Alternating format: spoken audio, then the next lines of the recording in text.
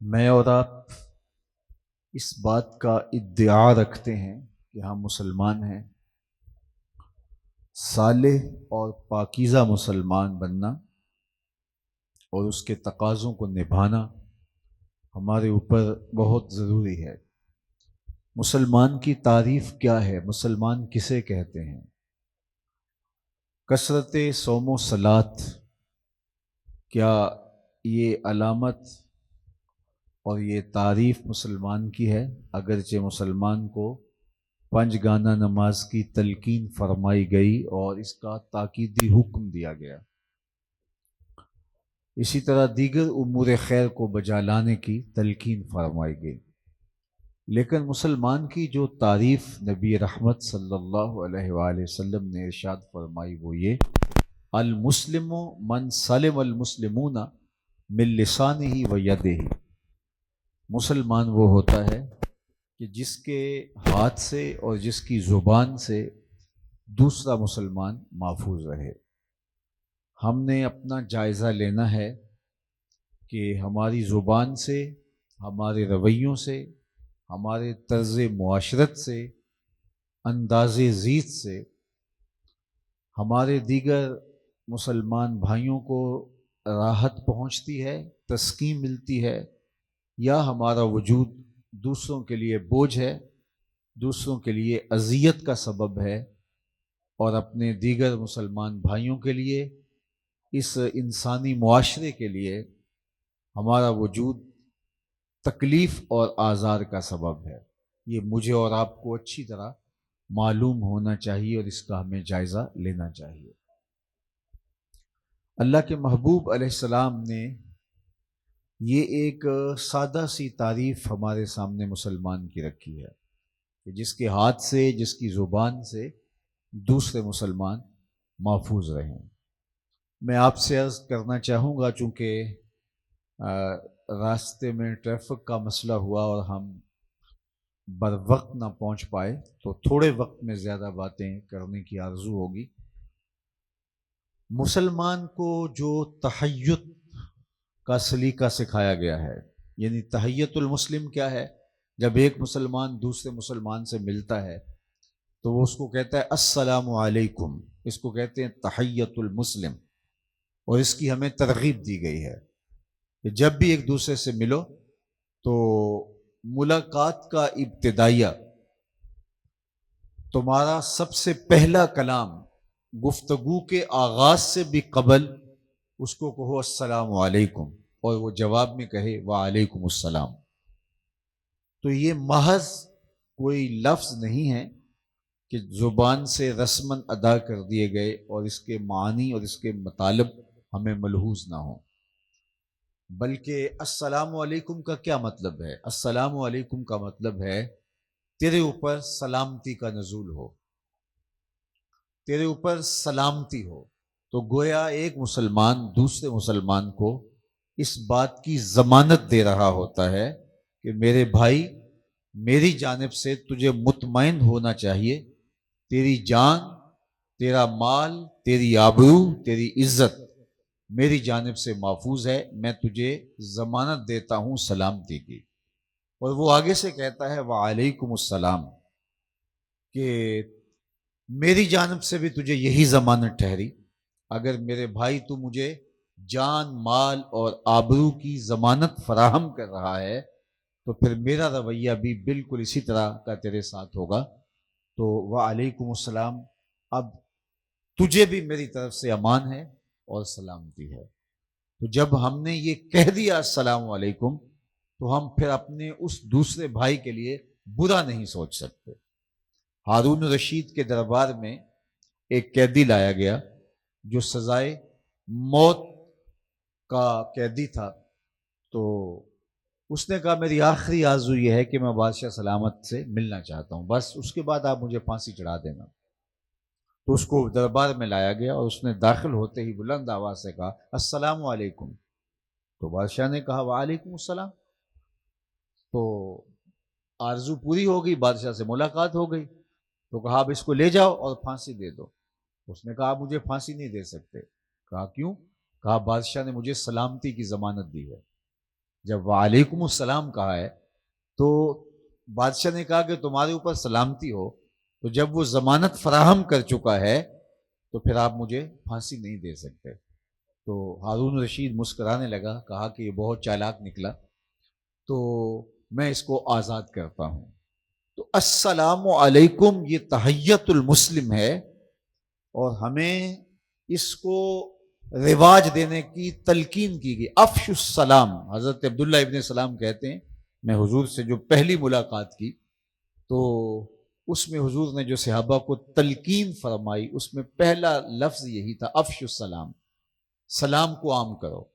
تو سلام کو عام کرنے کا مطلب ہم ایک مطمئن معاشرہ تشکیل دے رہے ہوتے ہیں اور ایک دوسرے کو ضمانت فراہم کر رہے ہوتے ہیں کہ میری جانب سے تجھے کوئی ضرر پہنچنے والا نہیں، کوئی تکلیف آنے والی نہیں، اس لیے کہ میں تجھے سلامتی کی ضمانت دیتا ہوں۔ اور وہ بھی آگے سے کہتا ہے وعلیکم السلام، میں تجھے سلامتی کی ضمانت دیتا ہوں۔ تو یہ ہے تحیت المسلم۔ تو مسلمان کون ہوا؟ من سلم المسلمون من لسانہ و یدہ۔ بلکہ اسلام اس سے آگے بڑھ کر کسی مومن کے لیے ہمارے سینے میں بغض، نفرت اور کوئی ایسی چیز نہ ہو جو ہمارے دل کو میلا کرے اور کسی کی دشمنی پر ابھار دے۔ حضرت عبداللہ بن عمر بن عاص رضی اللہ تعالیٰ عنہ فرماتے ہیں کہ مجلس رسول بپا تھی، آقا کریم علیہ الصلاۃ والتسلیم نے فرمایا اگر جنتی دیکھنے کا شوق ہے تو مسجد نبوی کے دروازے پر دیکھو، جو پہلا شخص مسجد میں داخل ہوگا وہ جنتی ہوگا۔ کہتے ہیں ہم نے نظر کی تو ایک بوڑھا شخص، تازہ آثار وضو اس کے چہرے پہ حویدہ ہیں اور بائیں ہاتھ میں اس نے اپنا جوتا پکڑا ہوا ہے، مسجد میں داخل ہوا اور آ کے مجلس میں بیٹھ گیا۔ دوسرا دن ہوا، مجلس برپا ہوئی، پھر آقا کریم نے فرمایا اگر جنتی دیکھنے کا شوق ہو تو دروازے پہ دیکھو، جو پہلا شخص اب مسجد میں داخل ہوگا وہ جنتی ہوگا۔ کہتے ہیں ہم نے پھر دیکھا اور سوچا کہ دیکھتے ہیں آج کون خوش نصیب یہ انعام پاتا ہے، لیکن وہی بزرگ تازہ وضو کے آثار چہرے پہ ظہور پذیر ہیں اور بائیں ہاتھ میں جوتا پکڑائے اور آ کے مجلس میں بیٹھ گئے۔ تیسرا دن ہوا تو پھر فرمایا جنتی دیکھنے کا شوق ہو تو دروازے پہ دیکھو، آنے والا پہلا شخص جنتی ہوگا۔ کہتے ہم نے دیکھا تو وہی بزرگ اسی حالت میں آئے۔ مجلس اختتام کو پہنچی، لوگ گھروں کو پلٹے، میں اس بزرگ کے پیچھے چل پڑا اور میں نے کہا کہ میری والد صاحب سے کوئی شکر رنجی ہے، میں 3 دن تک آپ کی صحبت میں رہنا چاہتا ہوں، آپ کا مہمان رہنا چاہتا ہوں، کیا آپ مجھے اپنے گھر مہمان رکھ لیں گے؟ انہیں کوئی بات نہیں، آ جاؤ۔ کہتے میں ان کے ساتھ چل پڑا۔ 3 دن تک میں اس ٹو میں رہا کہ میں دیکھوں ان کا عمل کیا ہے۔ آقا کریم نے فرمایا تھا جنتی دیکھنا ہے تو دروازے پہ دیکھو، جو پہلا شخص مسجد میں داخل ہوگا وہ جنتی ہوگا، اور تینوں دن یہی تشریف لاتے رہے تو کوئی خاص بات ہوگی۔ تو رات جب وہ اپنے بستر پہ سو جاتے اور میں بھی ساتھ چارپائی پہ لیٹا ہوتا تو میں جاگ رہا ہوتا اس ٹو میں کہ میں دیکھوں کہ یہ رات کو اٹھ کے نوافل کتنے پڑھتا ہے اور دیگر اعمال کیا ہیں، لیکن وہ برابر سو رہا ہوتا، سوائے یہ کہ جب وہ بستر پر کروٹ بدلتا تو اللہ کا نام لیتا۔ باقی میں نے کوئی اس کا الگ سے کوئی عمل نہیں دیکھا۔ دن کے اوقات میں بھی وہی معمول تھے جو عام مسلمان کے معمول ہوتے ہیں، کوئی الگ سا اس کا کوئی میں نے عمل نہیں دیکھا۔ 3 دن میں ٹو میں رہا لیکن وہ عام معمول کی زندگی ہی بسر کر رہا تھا، کوئی الگ سا عمل مجھے نظر نہیں آیا۔ تیسرا دن گزارنے کے بعد میں نے الوداعی سلام پیش کیا۔ میں نے کہا کہ میں 3 دن یہاں اس لیے گزارے تھے کہ میں دیکھنا چاہتا تھا کہ آپ کے اعمال کیا ہیں، چونکہ اللہ کے محبوب علیہ السلام نے یہ فرمایا تھا، اور آپ 3 دن تک آتے رہے، لیکن مجھے 3 دن تک کوئی ایسی بات نہیں ملی جس کے بارے میں میں کہوں کہ ہاں یہ عمل ہے جس کا مجھے بھی تتبع کرنا چاہیے۔ وہ جو اعمال ہیں وہ تقریباً سب میں پائے جاتے ہیں۔ تو وہ کہنے لگے کہ اے عبداللہ بن عمر، اگر تم اور دن بھی رہو تو تمہیں دیکھنے کو کچھ نہ ملے، یہی میرے معمول ہیں جو تم نے دیکھے، میں نے تم سے کوئی عمل چھپایا، لیکن ایک میرا عمل ایسا ہے جو تم دیکھ نہیں سکے، اور اگر تم اور بھی رہو تو نہ دیکھ پاؤ گے۔ تو کہتے میرے قدم رک گئے اور میں نے اس بزرگ سے پوچھا کہ وہ کون سا عمل ہے؟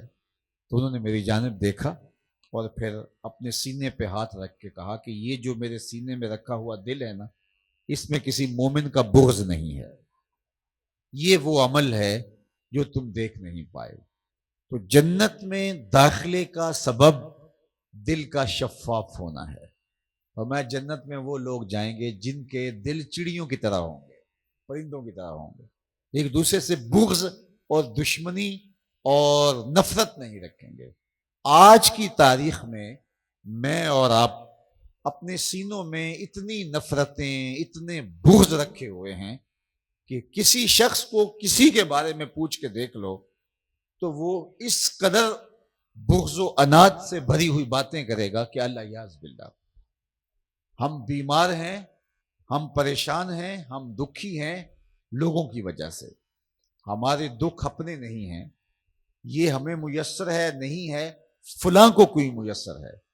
تو آج کی تاریخ میں ہم دوسروں کے حسد میں، دوسروں کے بغض میں، دوسروں کی دشمنی میں، کسی کی خوشیوں کو دیکھ کے دکھی ہیں۔ ہمارا دکھ یہ نہیں کہ ہمیں کوئی دکھ ہے، ہمارا دکھ یہ ہے کہ وہ کیوں خوش ہے۔ ہمارا مسئلہ یہ نہیں ہے کہ یہ چیز ہمارے پاس کیوں نہیں ہے، ہمارا مسئلہ یہ ہے کہ یہ چیز فلاں کے پاس کیوں ہے۔ تو یہ وہ چیز ہے جس نے ہماری زندگی کو جیرن کر دیا۔ اس کا مادی نقصان تو ہے، جس سے طبیعت میں گھٹن ہے، ہر وقت بے چینی ہے، اضطراب ہے۔ اس کا روحانی نقصان کیا ہے؟ جنت سے محرومی۔ جنت میں وہ لوگ جائیں گے جن کے دل چڑیوں کی طرح ہوں گے، جنت میں وہ لوگ جائیں گے جن کے دل پاکیزہ ہوں گے، جن کے دل نفرت سے خالی ہوں گے۔ قد افلح من تزکا وذکر اسم ربہ فصلی، فرمایا کامیاب وہ ہوا جس نے من کو ستھرا کر لیا، جس نے اندر کی صفائی کی۔ ہمارا سارا زور باہر کی صفائی پر ہے، مسواک بھی کریں گے، اچھی سے اچھی خوشبو بھی لگائیں گے، عالی نصب لباس بھی پہنیں گے، اور ہمارے جوتوں سے لے کر کے پگڑی تک ایک ایک چیز بہت خوبصورت ہوگی، اور لباس پہ ایک سلوٹ بھی گوارا نہیں کریں گے، لیکن اندر میل کچیل جمع ہوگا۔ باہر کو مل مل کے دھوئیں گے لیکن اندر میلا ہی رہے گا۔ جبکہ باہو علیہ رحمہ نے کہا تھا کہ دل کالے نالوں منہ کالا چنگا، جے کو یہ رمز پچھانے ہو۔ ہمارا سارا زور پیکنگ پہ ہے، جو اندر ہے اس پہ ہماری کبھی توجہ ہی نہیں۔ میاں صاحب نے کہا تھا کہ شیشے اتے کٹا جمیا کنداں چاڑی جاندے، شیشے اتے کٹا جمیا کنداں چاڑی جاندے، جلداں نو اے سانپ کے رکھ دے ورکے پھاڑی جاندے۔ ہماری ساری قوت کوشش پیکنگ کے اوپر ہے، اور اللہ بندوں کے دل دیکھتا ہے۔ وہ بندہ اور بندے کے چہرے کے اوپر بنا ہوا تل نہیں دیکھتا، جب دیکھتا ہے بندے کا دل دیکھتا ہے۔ قربانی کے باب میں فرمایا اللہ تمہاری صورتوں کو نہیں دیکھتا، تمہارے خون کو بہا ہوا وہ تو نالیوں میں بہ گیا، تمہارا گوشت تم خود کھا لیتے ہو، قربانیوں کا کھا لیں تم مدارس میں دے دیتے ہو۔ کہا اللہ کو نہ تمہارا گوشت پہنچتا ہے، نہ پوست پہنچتا ہے، نہ تمہارا بہایا ہوا خون پہنچتا ہے، اللہ کو تو تمہارے دل کا تقوی پہنچتا ہے۔ تو وہ ہمارے دل کو ستھرا دیکھنا چاہتا ہے۔ قلب سلیم کے ساتھ کون آتا ہے؟ الا من اتى اللہ بقلب سلیم، قلب سلیم کے ساتھ اس کے حضور کون پیش ہوتا ہے؟ لیکن ہم دل کو میلا رکھتے ہیں، دل کو گندا اور جو ہے وہ الجھا ہوا رکھتے ہیں، لیکن لباس کی ستھرائی پر، لباس کی پاکیزگی پر بہت زیادہ ہم زور دیتے ہیں۔ تو اس لیے ہمیں اس دل کو صاف کرنا ہے، دل کی ستھرائی کی طرف توجہ دینی ہے۔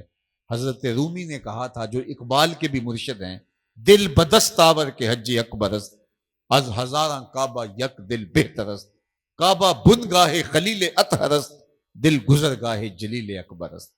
کہا کہ دل کو قابو میں لیا حج اکبر یہی ہے، ہزار کعبے سے ایک دل بہتر ہے۔ کہا وہ کیسے؟ کہا کعبہ حضرت ابراہیم خلیل کی بنگاہ ہے اور دل رب جلیل کی گزرگاہ ہے۔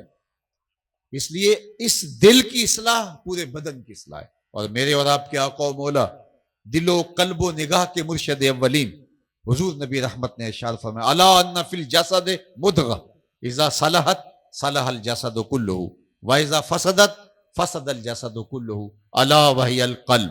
انسان کے جسم میں گوشت کا ایک ٹکڑا ہے، جب وہ صحیح ہو جاتا ہے تو پورا جسم صحیح ہو جاتا ہے، اور جب وہ خراب ہو جاتا ہے تو پورا جسم خراب ہو جاتا ہے.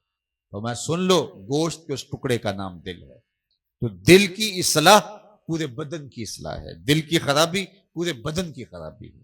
میں اور آپ اگر اصلاح احوال چاہتے ہیں، اگر ایک صالح پاکیزہ اللہ کا مطلوب اور مقصود مسلمان بننا چاہتے ہیں، اس کے پیارے محبوب جس طرح کا مسلمان ہمیں دیکھنا چاہتے ہیں، ہم اس طرح کا مسلمان بننا چاہتے ہیں، تو ہمیں توجہ اپنے دل کی طرف کرنی چاہیے. اللہ کے محبوب علیہ السلام نے فرمایا التقویٰ ہا ہونا، اور اشارہ کیا دل کی طرف، اور بار بار کیا التقویٰ ہا ہونا، تقویٰ یہاں ہے، تقویٰ یہاں ہے، تقویٰ یہاں ہے.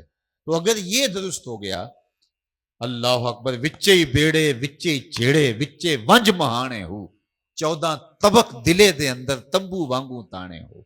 سب کچھ تو اس دل کے اندر ہے. اور اقبال نے بھی کہا تھا خود ہی کا نشیمن تیرے دل میں ہے، فلک جس طرح آنکھ کے دل میں ہے.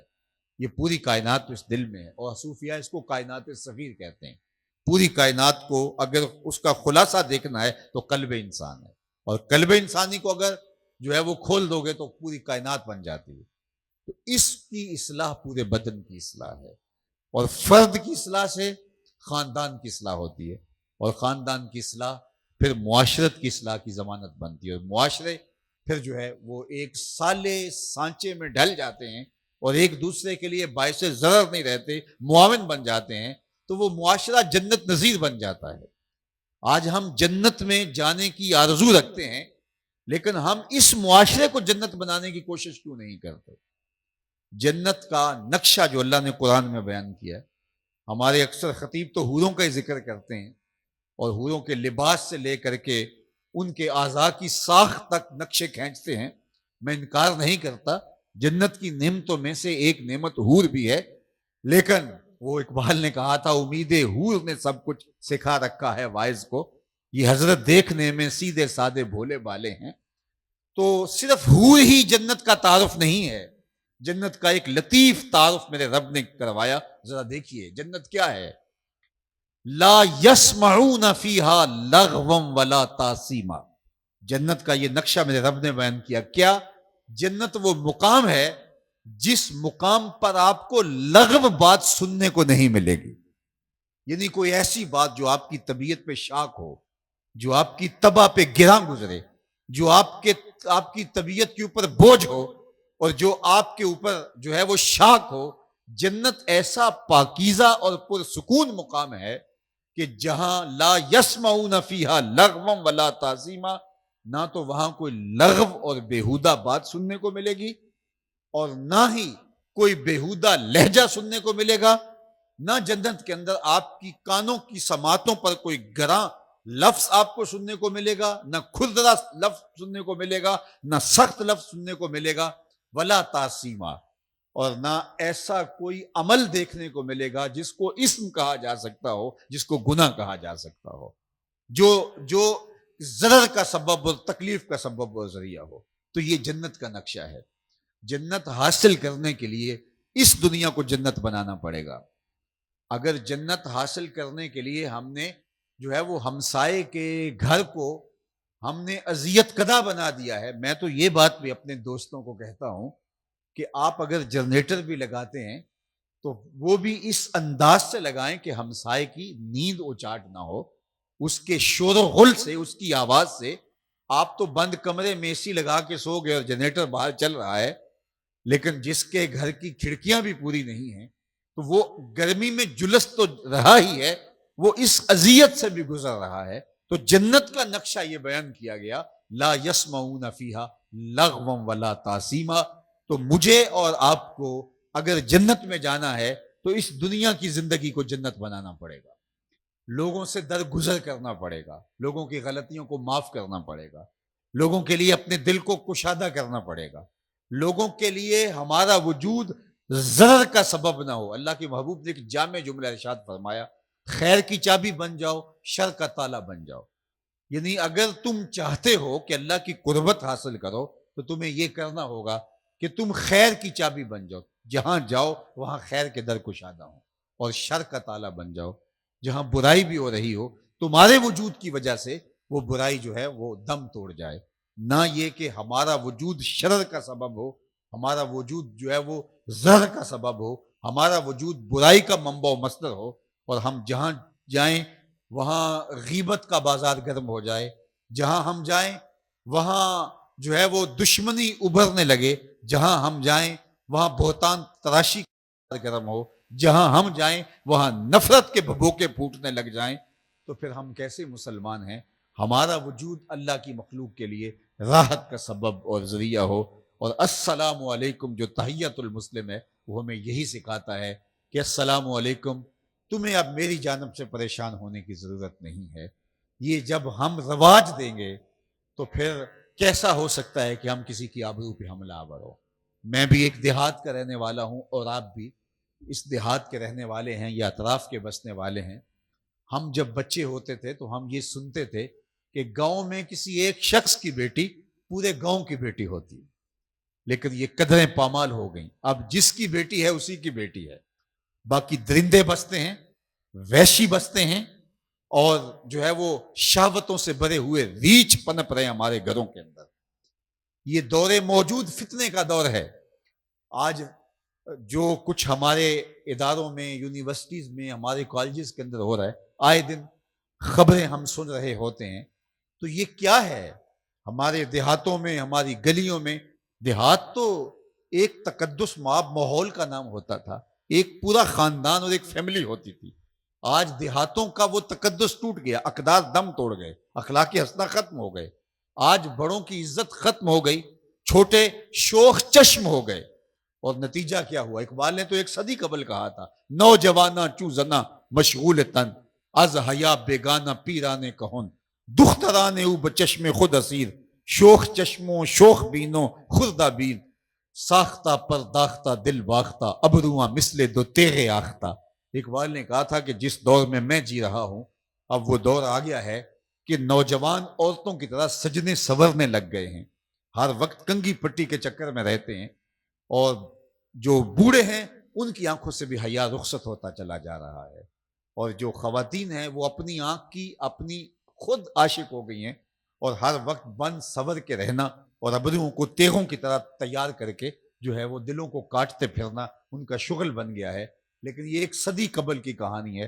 آج کی تاریخ کے اندر ہمارا معاشرہ نہیں رہا. آخرت کے اندر تو جو جہنم اور یا جنت وہ فیصلہ آباد میں ہونا ہے، ہم نے اس معاشرے کو جہنم بنا لیا ہے اور جہنم کے اندر ہم زندگی گزار رہے ہیں.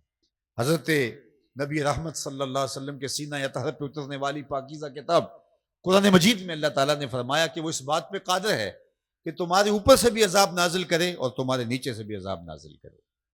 حضرات مفسرین نے کہا کہ اوپر کا عذاب یہ ہے کہ تمہارے اوپر پتھر برسیں، اور نیچے کا عذاب یہ ہے کہ زلزلے آئیں یا زمین بنجر ہو جائے، فصل دینا چھوڑ جائے. تو یہ اوپر نیچے کا عذاب ہے. لیکن رئیس المفسرین حبر الامہ حضرت عبداللہ ابن عباس رضی اللہ تعالیٰ عنہ اسی آیت کریمہ کی تفسیر میں فرماتے ہیں نہیں، اوپر کا عذاب یہ ہے تمہارے حکمران نااہل ہوں، اور نیچے کا عذاب یہ ہے تمہاری اولاد نافرمان ہوں. یہ اوپر اور نیچے کا عذاب ہے جہاں قومیں جکڑی جاتی ہیں. میں کسی مخصوص حکومت کی بات نہیں کرتا، لیکن جب سے ہم نے آنکھ کھولی ہے ہمارے اوپر جو آئے ہیں بدترین لوگ آئے ہیں. اس کی وجہ کیا؟ کہ ہم بدترین ہیں. تبازروا اتعمر لکم. حجاج بن یوسف سے کسی نے کہا تھا کہ تم اچھے حکمران کیوں نہیں بن جاتے؟ تو اس نے 2 لفظوں میں جواب دیا تھا، تبازروا اتعمر لکم، تم ابو ذر بن جاؤ میں عمر بن جاتا ہوں. جب رعایا ابو ذر غفاری جیسی ہو، حکمران عمر جیسے ہوتے ہیں. تو آج میں اور آپ جس جگہ پہ کھڑے ہیں یہ ہماری سزا ہے کوتاہیوں کی. ہم اپنے اپنے دائرے میں ظالم ہیں، اپنے اپنے دائرے میں چور ہیں، کوئی چھوٹا چور کوئی بڑا چور. جہاں ہمارا بس چلتا ہے ہم کم نہیں کرتے. اور یہ معاشرہ جینے کا معاشرہ نہیں رہا، اور ہم نے اس کو خود جہنم بنایا، اور اس جلائی ہوئی آگ کے اندر خود جلس رہے ہیں. ہماری اپنی بیٹیاں بہویں، ہم اپنے بیٹے، ہم اپنے بوڑھے اس کے اندر، اس آگ کے اندر جل رہے ہیں، اور ہم اس جہنم سے نکلنا بھی نہیں چاہتے. تو اس جہنم سے اگر نہیں نکلیں گے تو اس جہنم سے کیسے بچ پائیں گے؟ اس دنیا کو جنت نہیں بنائیں گے تو اس جنت کے حقدار کیسے ہو سکتے ہیں؟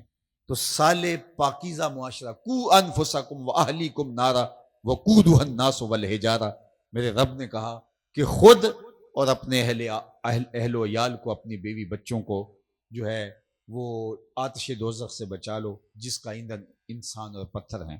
تو میں اور آپ اگر اپنی زندگی خوبصورت بنانا چاہتے ہیں اور جنت کے طالب ہیں تو اس زندگی کو جنت بنانا پڑے گا، اور اس سے پہلے اپنے دل کو جنت بنانا پڑے گا۔ جب دل گلزار جنت بن جائے گا تو پھر ہمارے وجود سے خیر پھوٹے گی، اور اگر دل جہنم بنا رہا، نفرتوں کی آگ جلتی رہی اس جہنم کے اندر، بغض اور کینہ پلتا رہا اس سینے کے اندر، تو پھر ہمارے وجود سے ظہور پذیر ہونے والے اعمال کبھی خیر کے اعمال نہیں ہو سکتے۔ اس لیے اس دل کی اصلاح پورے بدن کی اصلاح ہے۔ تو فرمایا التقویٰ ہا ہونا، تقویٰ یہی ہے، اور فرمایا اسی کو صحیح کر لو، یہ صحیح ہو جاتا ہے تو پورا جسم صحیح ہو جاتا ہے، یہ خراب ہو جاتا ہے تو پورا جسم خراب ہو جاتا ہے۔ میں اور آپ اگر اپنی ذات سے لے کر امت کی اصلاح تک کی آرزو رکھتے ہیں تو ہمارے پاس کہیں جانے کی ضرورت نہیں ہے، ہمیں اپنے آپ کو بدلنا ہے، اپنے اندر کی تبدیلی کو ہم نے یقینی بنانا ہے، پھر اس کے فیضان، اس کی برکتیں پورے معاشرے کو نصیب ہوتی ہیں، اور میں ذمہ دار اپنا ہوں۔ اس کے بعد پھر دوسرا درجہ اس کا آتا ہے جو میرے دائرہ اختیار میں ہے، اور میں اگر اپنے آپ کی اصلاح کی کوشش نہیں کرتا تو پھر پوری دنیا کی اصلاح کی کوشش ممکن ہی نہیں ہے۔ یہ خیال استو محال استو جنو، یہ کبھی ہو نہیں سکتا ہے۔ تو اللہ جل شانہ اس معاشرت کو، اللہ نے یہ پاکیزہ وطن جو ہمیں عطا کیا، اللہ اس کو صالحیت کا نور عطا فرمائے، اور ہم پاکیزہ ماحول اور پاکیزہ زندگی کے تصور سے آگے بڑھے۔ اسلام نے ہمیں جو ستھرائی، پاکیزگی عطا کی ہے اور پوری زندگی کو خوبصورت بنانے کی تلقین کی ہے، اللہ عمل پیرا ہونے کی توفیق دے۔ وقت کی نزاکتیں میرے دامن کو کھینچ رہی ہیں، اور نماز عصر کا وقت تیزی کے ساتھ جو ہے وہ آگے بڑھ رہا ہے۔ میں انہی کلمات پر اپنی گفتگو کو سمیٹتا ہوں۔ کار ما آخر شدو، آخر زما کار نشد، مشت خاک ما غبار کوچہ یار نشد، و آخر دعوانا ان الحمدللہ۔